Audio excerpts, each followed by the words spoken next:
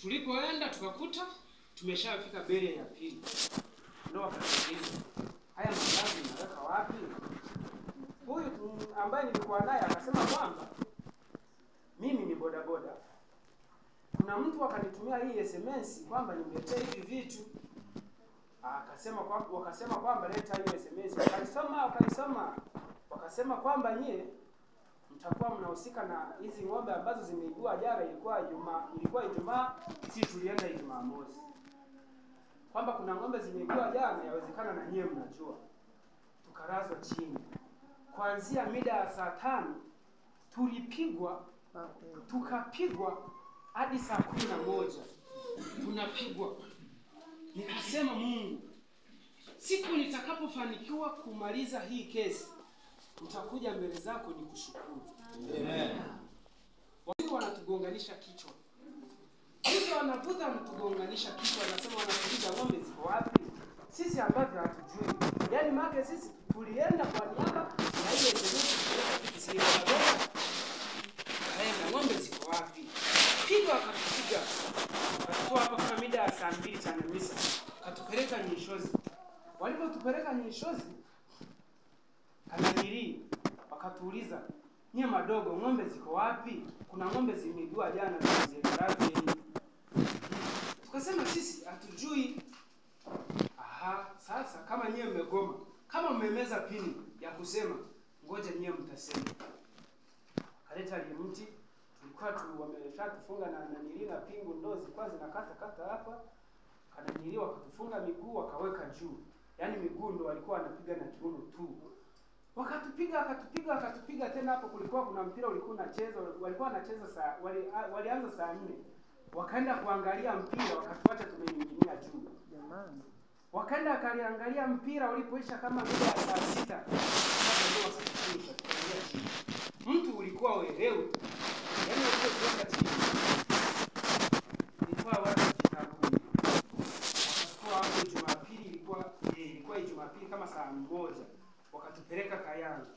Sasa walipotupeleka Kayanga wakatufikisha kwa mkuu wa wilaya. Mkuu wa wilaya akauliza kwamba nyie madogo kuna ng'ombe zimeibiwa ziko wapi? Tukasema jamani sisi hatujui. Hapo SMS inazidi kusoma. Ng'ombe ziko wapi? Sasa nyie kama umekataa kusema, ngoja nyie mtapata. Katuuliza tena juu. Wakatupiga pale, yani ilikuwa sio fimbo, ilikuwa ni nanili. Kafimbo kafupi ka nguzo. Ndio walikuwa wanatupigisha. Wakatupiga kama mida ya saa 7 wakatushusha. Ndio tukamwona Joshua na mwenyekiti wa Kitenga pamoja na baba kama mlijua. Sisi tukawaona ila wenyewe hawakutuona. Tukasema Mungu yaweza akafanya maajabu tukatoka. Hapo tulikuwa wameshatenganisha pale yuko kule mimi niko kule. Kwa hiyo tulipokuwa tumefunga tukasema Mungu tusaidie jamani. Kwa hiyo tukiweza tukiona tumerudi nyumbani, tuko salama. Wakarudi wakasema walipoambia kwamba wakasema bado hawajatuleta. Hapo sasa taarifa ndo zikazidi kusambazika kwamba sisi yawezekana hawajatufunga, yawezekana kwamba tumekufa. Baada ya hapo wakazidi kufanya mchakato ndio tukaonekana. Walipotuona ndio wakafanya mchongo wote. Mungu akafanya maajabu. Ilipofika siku ya Alhamisi, nikapiga magoti mbele ya mlango. Nikasema, Mungu wangu, kama unaona ili jambo nalijua hata kidogo, naomba nisitoke humu ndani. Kama unaona sijui kitu chochote, naomba leo au kesho nitoke. Mungu alivyo maajabu, siku hiyo namaliza kupiga maombi, tukaondoka nyumbani. Amina. Tulipoondoka nyumbani wakasema kwamba mtarudi siku ya Jumatatu kuhudhuria. Tuliporudi siku ya hiyo Jumatatu tulifika hata kumaliza dakika 5. Kuna mwingine mwafisa upelelezaji alikuwa hajui. Akasema hivi hawa si ndio vijana wa Benako walitoka lini humu? Hapo wakaturudisha ndani tena. Wakasema hawa vijana wanabidi waende Bukoba. Alipokuwa anasema kwamba aende Bukoba, hapo ndio anasema kwamba wizi wa ng'ombe ni miaka 15. Hivi miaka 15 unaweza kaimaliza jela hapo, ndio nilikuwa najiuliza. Miaka 15 kweli. Na kitu ambacho ukijui. Nikasema Mungu nisaidie, Mungu nisaidie. Nikaomba. Hapo huyo mtekelezaji wakammenyea kasoda. Mwenyewe akatulia kwanza. Alipotulia akasema kwamba tarudi Ijumaa.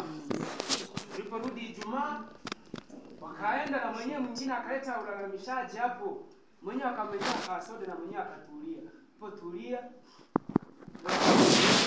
kesi imefutwa. Nikasema Mungu ubarikiwe sana. Kwa hiyo tulitoka hivyo na kesi ikafutwa. Kwa hiyo kwa sasa tuko huru. Ndio kitu ambacho kilichosimamisha hapa, na mshukuru Mungu kwa matendo ambayo alinitendea. Kwa hiyo nawasihi watu wote ambao walihusika kwa kutuombea mimi pamoja na Vare, Mungu akafanya haya maajabu. Amen. Mzidi kubarikiwa na Amen. Mungu awabariki. Amina. Na pia na sisi azidi kutubariki. Amen. Hicho ndio ninachomwombea Mungu, azidi kutubariki na nikiwaombea na ni katika jina la Yesu.